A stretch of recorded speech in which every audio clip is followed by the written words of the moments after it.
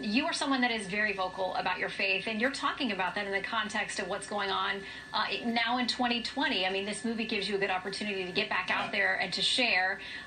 What is your concern today about the role of faith and what people of faith should be doing? Well, okay, so first of all, my job is to get people in the theater. Why should I go? One, it's a great film. Second of all, how is this relevant today?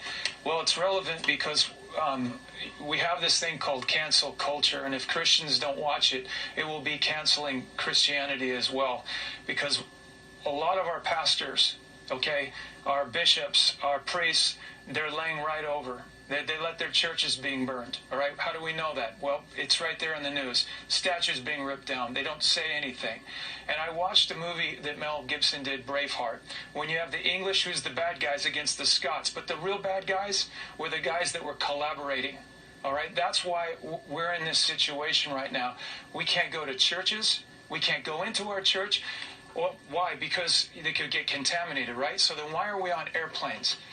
I have friends that have committed suicide. I have seven SEAL buddies that have lost 7 of their friends committing suicide.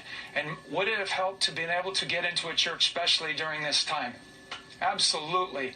And is it good for mental illness? Yes, it is. And so the collaborators in our faith, all right, this is where the persecution starts. You've got to have guys inside your faith that won't stand up to the governors, that will not stand up to the mayors. And that's why the Gospels are very much alive right now. Okay, so there are many of us. I got to play Jesus. Some of us love Peter or Paul.